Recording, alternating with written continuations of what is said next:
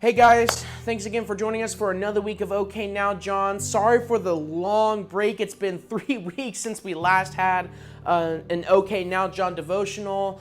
For the last couple of weeks, me and my family, we went on vacation. We were having some tech issues and I was having some life issues. And we were having all the issues. But I'm glad to be back.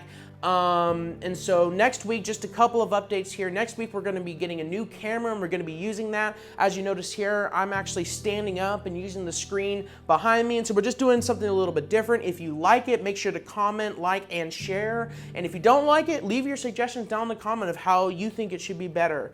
I really appreciate you guys taking the time to watch this. Next week, we'll start a brand new series. But for right now, we're going to just do a little one-off devotional, and I'm calling it The God Man. And you guys will kind of understand what I mean by the God Man in just a minute. But before we go into that, let's go ahead and read John chapter 1, verses 1 through 5. It says, "In the beginning was the Word, and the Word was with God, and the Word was God. He was with God in the beginning. Through him all things were made. Without him nothing was made that has been made. In him was life, and that life was the light of all mankind. The light shines through the darkness, and the darkness has not overcome it." And so, as I talked about, I was having some life issues, right? Some of those issues that I was having, I was struggling with doubt and faith. And as I was struggling with these things, these thoughts and these things flooded my mind. Some of the things that flooded my mind were questions like, is God real? And if he is, does he understand? Does he know? Does he care? And the last question I had was, has my faith failed? Is my faith dead? Is it gone? But what brought me back was this idea as we're getting into the theme. As John 1:1 said, in the beginning was the Word, and the Word was with God, and the Word was God, right? That's talking about Jesus. And this idea that God entered into history. He entered into his own creation as the man Jesus Christ. The second person in the Trinity, or the Godhead, became a human being. He became like us. Jesus is both truly and fully God and truly and fully human.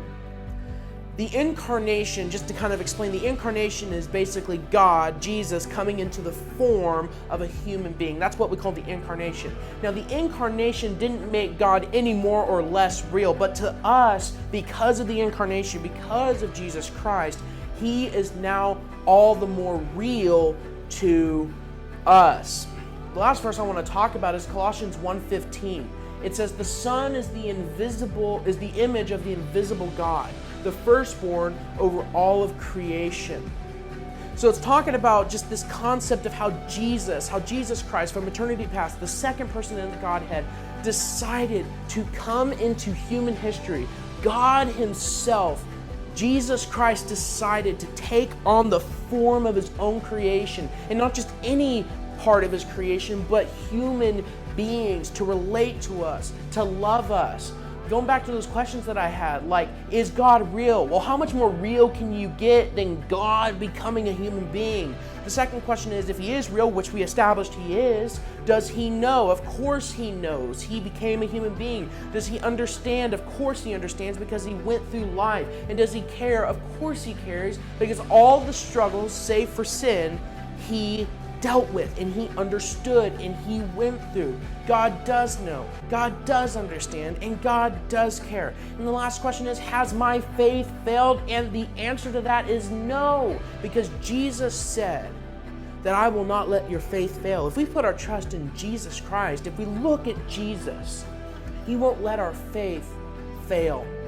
And so this concept of the God-man, how Jesus is coming as God into the form of a human being, just that concept alone is what brought me back and grounded me back in the faith. If you struggle with believing or trusting in an invisible God, look at the image of God. The Son is the image of the invisible God. So if you struggle with believing or trusting in an invisible God, look at Jesus. Read about what Jesus said. Read about what Jesus did, and let that strengthen you and let that inspire you. I love you guys, and I'll see you guys next week with a new series.